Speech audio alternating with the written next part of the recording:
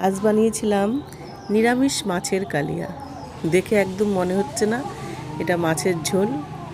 তার জন্য আমি একটা বাঁধাকপিকে ভালো করে কুচিয়ে নিয়েছি আর নিয়েছি একটা আলু। বাঁধাকপিটাকে ভাপিয়ে নিয়েছি, আলুটাকে সিদ্ধ করে নিয়েছি।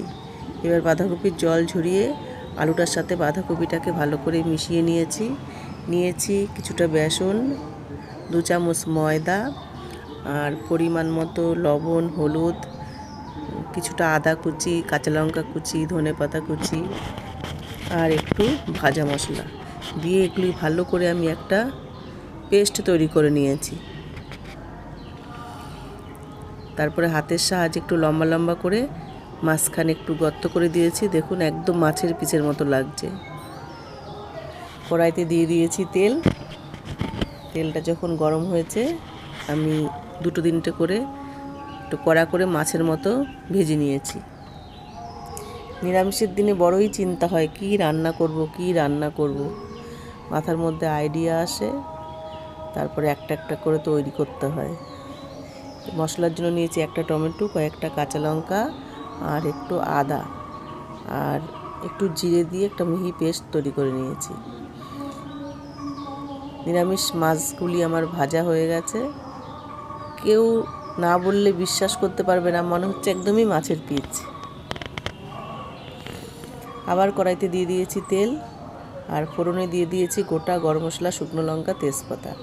ফোড়ন থেকে যখন মিষ্টি গন্ধ বেরোতে শুরু করেছে আমি টমেটো বাটার মিশ্রণটাকে এর মধ্যে দিয়ে দিয়েছি পরিমাণ মতো লবণ, হলুদ, একটু কাশ্মীরি লাল লঙ্কার গুঁড়ো, সামান্য একটু চিনি, সব দিয়ে ভালো করে একটুখানি কষিয়ে নিয়েছি।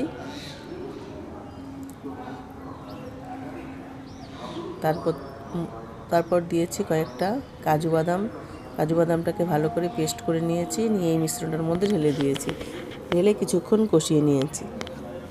কষানো থেকে যখন তেল ছাড়তে শুরু করেছে আমি একটু গরম জল দিয়ে দিয়েছি। যে পরিমাণে ঝোল রাখবো সেই পরিমাণে ঝোল আমি দিয়ে দিয়েছি।